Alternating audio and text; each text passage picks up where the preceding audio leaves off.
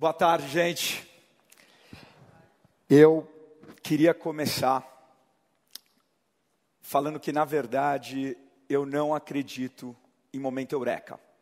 Eu acho que essa história de você estar na banheira e, de repente, vir uma ideia e você fala, vou empreender, pode acontecer, mas você tem que estar aberto para isso. Eu já vi muita gente, muito profissional bom, que falou para mim, olha, eu vou continuar mais um ano aqui, depois eu vou trabalhar numa consultoria, vou para um banco, vou viajar 6 meses, volto e vou abrir meu negócio. Eu acho que não é assim. Eu acho que o mercado não espera o teu negócio, o mercado não espera a tua ideia boa. E foi um pouco do que aconteceu comigo. Eu, na verdade, sempre quis empreender, desde criança. Quando eu estava no primário ainda, eu adorava as sextas-feiras, porque o ônibus do colégio, em vez de deixar na casa dos meus pais, deixava na casa do meu avô. E aí, no sábado de manhã, eu ia de fusquinha com ele para a loja de material de construção dele, trabalhar. E eu adorava aquilo. Ficava no balcão, eu passava preço, ia buscar coisa no estoque. Meu avô só não deixava eu fazer troco, de jeito nenhum. Mas fora o troco, o resto, eu estava lá. E essa vontade foi evoluindo, né? Eu via muito do meu pai, que também era empreendedor, e tinha varejo, a atenção que ele tinha com o cliente, como você podia aprender escutando o cliente e agregando valor nisso. Quando eu estava lá pela 7ª, 8ª série, no meu colégio, eu tinha uma aula experimental extra, durante um trimestre só, que era completamente opcional para quem quisesse, que era uma aula de vocação profissional. Então você ia lá, eram pouquíssimos alunos, uns 6, 7 alunos, e uma orientadora vocacional ia te ajudar a escolher a carreira e assim por diante. E eu lembro muito bem de um episódio onde a gente tinha que, de uma aula para outra, desenhar, onde a gente se via em 20 anos lá na frente. E uma garota desenhou uma família feliz e aquilo tudo, bacana, um outro cara desenhou um consultório, e assim foi. E eu morava no Paraíso, ali perto do prédio da IBM. Eu desenhei então um prédio, assim, em perspectiva, todo espelhado, e com aquelas letras parecidinhas com a IBM, cortadinhas, eram as minhas iniciais. E modesto. E a orientadora falou, olha, vou te dar um feedback, um conselho, você precisa nivelar suas expectativas, porque você tem uma grande chance de se frustrar. E aquilo ficou lá dentro, ficou pesado. Acho que ficou tão pesado que eu não lembro a cara dela, eu não lembro o rosto dela. Enfim. O primeiro negócio que eu tive foi logo depois, porque na 8ª série eu tive acesso a computadores, os XTs na época, me apaixonei por programação e convenci que meu pai precisava ter um computador para o negócio dele e que, obviamente, esse computador precisava ficar no meu quarto. E o primeiro negócio veio no primeiro colegial, com um amigo meu de colégio, e a gente instalou lá nos nossos computadores, ele tinha um dele, eu tinha o meu, e a gente instalou um programinha de editoração eletrônica. E a gente começou a fazer panfleto, catálogo, o que fosse. Na época, numa impressora matricial, que era aquela impressorinha que fazia... E durante 2 meses a gente vendeu algumas boas centenas de panfletos, até que eu queimei o cabeçote da impressora matricial do meu pai. E, além do castigo, eu entendi o conceito de depreciação. Porque tudo que a gente tinha vendido de panfleto não pagava 20% do valor do cabeçote da impressora. Isso me levou para a engenharia. Eu queria empreender, gostava de informática, achava que começar um negócio na área de informática ia ser algo inteligente, porque o capital era muito mais humano do que um capital financeiro para começar aquilo. E desde o primeiro dia, quando eu fui para a faculdade, eu comecei a fazer esse exercício. E comecei a encontrar pessoas que dividiam essa paixão por empreender comigo. Rodrigo, Ronaldo e Romero. Todo mundo Rô, não por acaso, mas porque era a mesma classe da Poli e dividia-se por letras, todos os alunos que entravam. E o Buscapé não foi a primeira, a segunda, o Buscapé foi a 5ª tentativa de negócio que a gente teve, né? Um dia o Rodrigo estava procurando uma impressora junto comigo, ele estava procurando uma impressora para comprar, a gente fazia estágio juntos, e procurou nos grandes sites de busca da época, que era o Alta Vista e o KD, e encontrou tudo menos informação de produto e preço. Aí veio uma ideia de criar o quanto custa. E o quanto custa era o seguinte: a gente desenvolveu um software que a gente ia distribuir em disquetes, em bancas de jornal. O varejo ia pegar esse software, ia instalar na máquina, esse software ia procurar os preços dentro do computador do varejista, conectar no modem, na BBS, transferir os preços para um computador nosso todo dia, e aí os consumidores iam poder comparar preço. Loja de rua. E, como bons engenheiros, mas nada de negócio, a gente resolveu desenvolver o software em vez de testar o mercado. Quando o software estava pronto, a gente começou a ligar para alguns varejistas e a resposta foi unânime. Os poucos que não desligavam o telefone na nossa cara falavam: peraí, eu não estou entendendo. Vai colocar todos os meus preços na internet? A internet é aquele negócio que paga R$ 3,99 por minuto. Era esse o preço para estar conectado na época. É esse mesmo, é isso aí. Mas eu não dou nem preço por telefone. Vocês estão loucos? E louco é uma palavra muito bom de se escutar. A gente resolveu mudar a estratégia. E a gente falou: vamos capturar os preços que já estão hoje disponíveis. Tinha umas 4, 5 lojas online. Com um pouquinho de preço, a gente traz um pouquinho de consumidor. E aí a gente consegue convencer algumas lojas a entrarem nessa jogada. E traz mais um pouquinho de consumidor. E assim por diante. Não existia investimento de capital de risco. Isso era 98. Não existia empresa de internet. Ninguém entendia direito o que a gente estava fazendo. No fundo, aquilo era o nosso barzinho. Era o nosso boteco. É que boteco de engenheiro não é tão bacana, não é tão sexy, mas era o nosso botequinho. A gente passava várias noites lá dentro. Até que um dia, a gente dourando a pílula, já era abril de 99, esperando o site ficar melhor, a gente descobriu que tinham lançado algo idêntico ao que a gente estava fazendo nos Estados Unidos. E a gente tinha perdido o ineditismo que a gente queria tanto. Era o My Simon e era exatamente o nosso projeto. A gente ficou desesperado e foi registrar o nome Quanto Custa. E no mesmo dia, a gente descobriu que o nome Quanto Custa já estava registrado. Aí veio o pânico. A gente falou: caramba, estão fazendo, vão lançar. A gente não tem grana nenhuma. Se a gente não for o primeiro, já era. E a gente definiu, então, que a gente precisava resolver e achar um outro nome. E aí a gente tinha que, em 3 dias, trocar e-mail. Todo mundo tinha que dar 10 sugestões de nomes diferentes. E a gente ia fazer uma reunião depois de 3 dias para decidir o nome. Eu queria um nome nacional, que não remetesse a preço, por causa daquela ressaca de quanto custa, que fosse simpático, que não tivesse sido usado como marca, mas não encontrei nome nenhum. Bom, e o Rodrigo, meu sócio, num pensamento muito criativo, uma mente muito aberta, ele começou o e-mail dele com a primeira opção de nome, que foi busca preço. E ele evoluiu para busca produto, busca oferta, busca desconto. E assim foi. E ele não era tão criativo, porque ele parou no 9º e ele não conseguia achar mais nada. Ele falou assim: eu não sei mais o que fazer, vou escrever qualquer coisa. E mesmo assim ele manteve a linha busca-pé. E aí eu olhei aquele busca-pé e olhei que eu queria uma marca nacional e tudo aquilo. Eu falei: esse vai ser o nome. A gente foi para uma reunião, o Ronaldo ainda estava ressabiado, falou: pô, busca-pé é um nome infantil, precisa ser um nome mais sério e tal.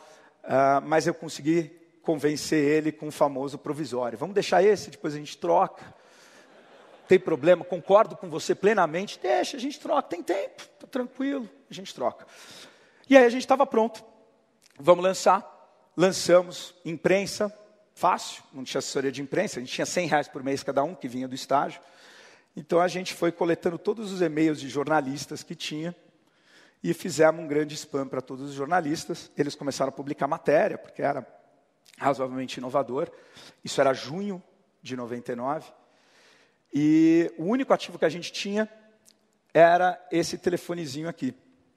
Porque a empresa era muito virtual, então a gente resolveu comprar uma linha de telefone. Na época ainda vendia. Na verdade, que alguns meses depois que a gente comprou, parou de vender e você tinha uma linha de graça na sua casa. Mas a gente ainda comprou. Pagou em 12 vezes. E eu não sei se eu sou de bigodinho ali, eu espero que não. Mas a gente lançou e 2 semanas depois o telefone tocou. E a gente ficou muito animado. Pô, o telefone tocou. Foi a primeira vez que o telefone tocou. E aí fica uma dica. Cara, quando você é muito pequeno e teu telefone toca, esquece, é pepino. Ninguém liga para você quando você é muito pequeno. Não atende, cai na secretária e retorna. Não precisa atender. A gente atendeu. Era um executivo de um grande varejo falando, olha, eu não quero preço listado. Nós tínhamos 30 lojas só no ar. E essa loja representava 1/3 de todos os produtos. E falou, se você não me tirar do resultado de busca, eu vou te processar.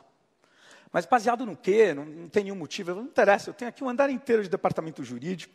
Eu vivo passando por lá, os caras não estão fazendo muita coisa, eu vou te processar. E aí o Buscapé acabou de novo. Pela terceira vez a gente falou, caramba, o que a gente faz? Matamos algumas aulas naquela tarde. E a gente decidiu não tirar o varejista do ar.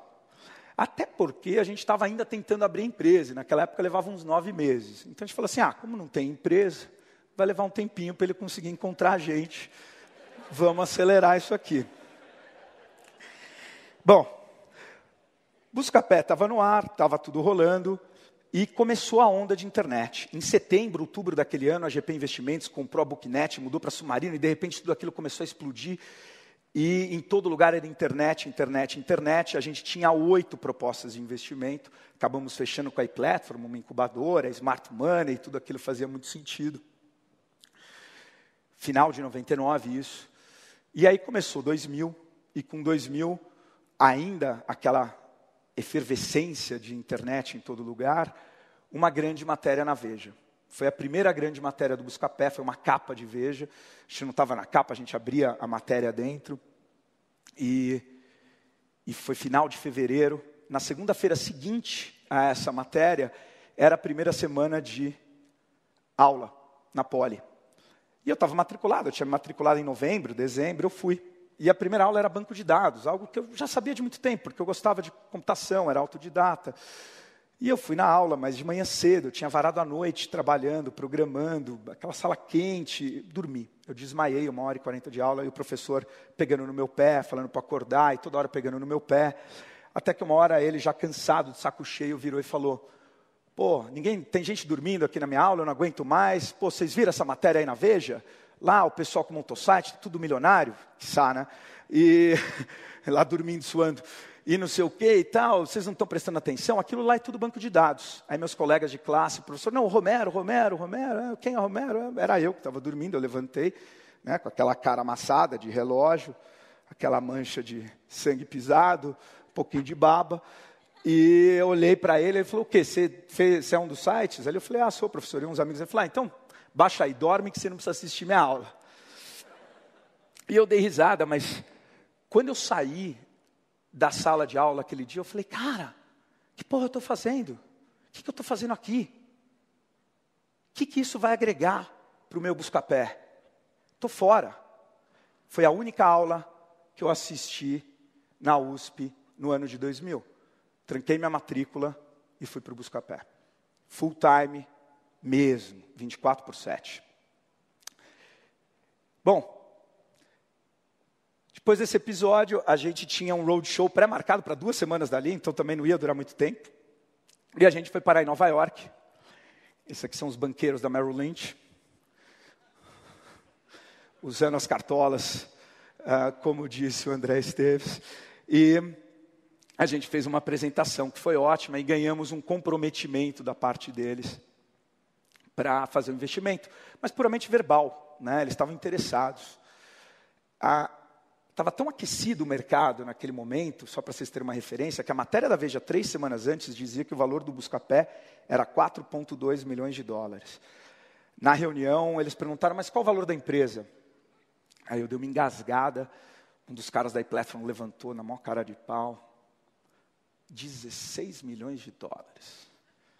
Ele falou, mas eu vi uma matéria da Veja, 4,2, mas 3 semanas atrás. Isso não... E não foi diferente. Na verdade, 15 dias depois que a gente saiu daquela reunião, acabou a brincadeira. E estourou a bolha da internet. Tá? E foi feio, foi bem feio. De abril até julho, quando a gente recebeu o investimento, telefone já tocava uma vez ou outra, a gente não sabia se atendia porque era a Merrill Lynch, ou se a gente não atendia porque era a Merrill Lynch e o Unibanco. Não existia nada assinado que eles tinham obrigação de investir, e graças a Deus eles cumpriram um acordo de cavalheiros, investiram na empresa.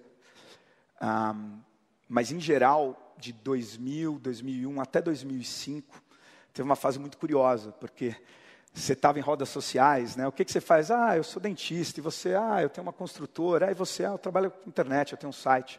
As pessoas olhavam e falavam,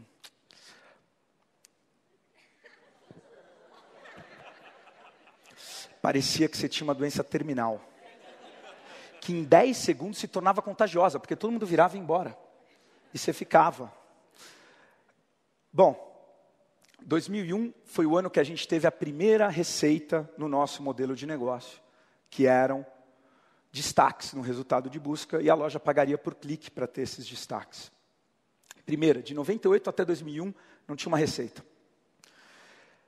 E 2002 foi um ano muito especial. Eu acho que 2002 foi, sem dúvida nenhuma, um ano muito importante para a gente, porque, primeiro, a gente atingiu o ponto de equilíbrio. 91% das receitas de 2002 foram na linha outros. A gente fazia tudo para pagar a conta, só 9% foi no modelo de clique, de destaque, mas a gente atingiu um ponto de equilíbrio que foi importantíssimo para dar tranquilidade para os acionistas. Mas eu acho que o principal foi no segundo trimestre de 2002. Nessa época, a gente já estava cobrando mais cliques, apesar de ter representado só 9% da receita do ano. E todos os grandes varejistas no Buscapé já pagavam para estar listados com destaque. Menos um, aquele grande, lá de trás. E eu tentava ligar, tentava falar com aquele executivo, ele não atendia, eu não passava da secretária. E um dia a gente resolveu tomar uma decisão difícil, e tomamos, que foi tirar aquele varejista do resultado de listagem, porque todos os outros estavam perguntando, falando, ele é gigantesco, ele não paga, eu vou sair, eu não vou mais pagar, e tinha um perigo gigantesco de tudo aquilo desmantelar. A gente tirou numa terça-feira, na quarta-feira tocou o telefone. Eu atendi o telefone, era o mesmo sujeito, e ele falou para mim, Romero, se você não me colocar no resultado de listagem hoje, eu vou te processar. Mas a verdade é que, quando a gente olha tudo o que aconteceu até hoje, aquele foi o day one. Aquele foi o meu day one. Na verdade, quando você começa uma empresa, você tem vários days one, porque você tem vários days zero também. A empresa começa, morre, mas aquela foi a primeira vez que a gente falou, caramba, isso aqui deu certo. Pode ser que não seja o Buscapé. Pode ser que não seja a gente, mas essa história que eu não dou preço, você tem que vir na minha loja, por telefone não rola, tinha acabado. A gente tinha conseguido transferir um pouquinho de poder de decisão de compra da mão do varejo para a mão de alguns pouquinhos consumidores que usavam o Buscapé, mas o suficiente para aquele grande varejista perceber que ele não estava mais no resultado e querer voltar. Né? E por mais que não seja um resultado financeiro, eu acho que quando você empreende, mais do que buscar um resultado financeiro, principalmente quando você quer fazer um empreendedorismo de alto impacto, você quer tentar transformar o mundo, um pouquinho que seja, facilitar a vida das pessoas. E aquele foi o nosso momento de quebra de paradigma. Aquele, sem dúvida, foi o day one. Depois dali, a gente começou a crescer, focamos só no modelo de negócio.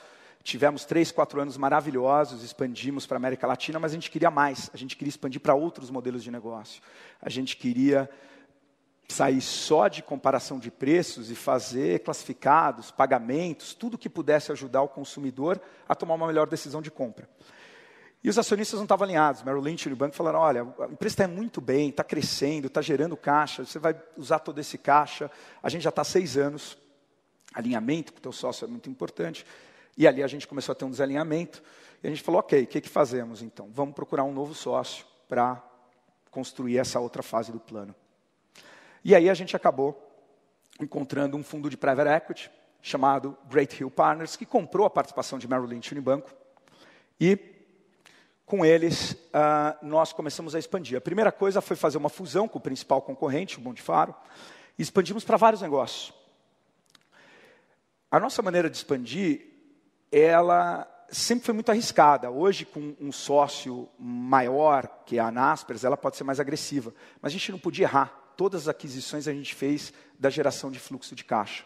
Então, nós tínhamos que fazer mais do que investimentos em projetos certos, a gente tinha que fazer investimentos em pessoas corretas.